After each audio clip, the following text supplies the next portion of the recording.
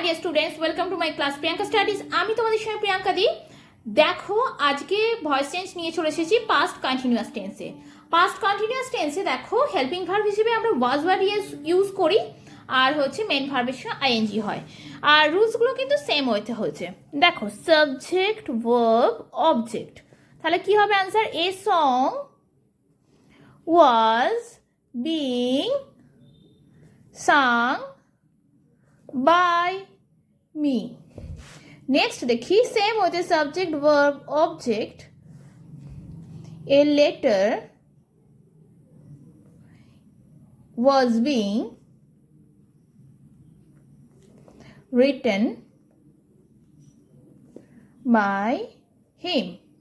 চলো আজকের মতো এইটুকুই। নেক্সট ভিডিওতে আবার দেখা হচ্ছে। আজকের মতো টাটা।